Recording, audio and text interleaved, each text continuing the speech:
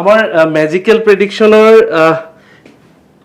100% শুদ্ধ হোৱাৰ আঁৰৰ যিকেইজন ব্যক্তি আছে তাৰে ভিতৰত অন্যতম হৈছে দেৱজিৎ ভূঞা ডাঙৰীয়া। এখেতৰ ইনপুট খুবেই ভাল, ছাপোৰ্ট খুবেই ভাল। প্ৰাগ নিউজৰ ছাপোৰ্ট বহু দিনৰ পৰা মোৰ এই গোটেইখিনিৰ ওপৰত আছে, যাদুৰ ওপৰত আছে। দেৱজিৎ দাক ধন্যবাদ জ্ঞাপন কৰিছোঁ আৰু খুব ছাপোৰ্ট পাইছোঁ, খুব ভাল লাগিছে। আৰু যিখিনি ইনপুট বা গোটেই হাউচটোৰ ফালৰ পৰা যিখিনি ইনপুট আহিছে, আপোনাৰ ফালৰ পৰা যিখিনি আহিছে, খুব ভাল লাগিছে।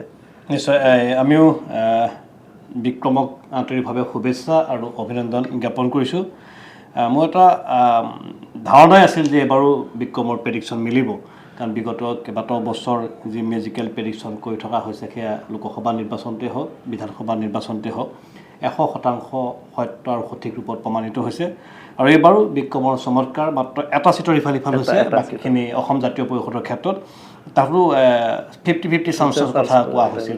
আটাইতকৈ গুৰুত্বপূৰ্ণ কথা যে এবাৰ ভোটাৰেই গম পোৱা নাছিল বা ৰাজনৈতিক দলৰ নেতা কৰ্মীসকলে গম পোৱা নাছিল যে ভোটৰ পাৰ্চেণ্টেজ কি হ'ব, কোনে কেইখন আসন লাভ কৰিব। সকলো এটা অন্ধকাৰ পৰিৱেশৰ মাজত আছিল। আনকি সংবাদ মাধ্যমৰ লগত জড়িত ব্যক্তিসকলো বহু পৰিমাণে দুবিধাত আছিল।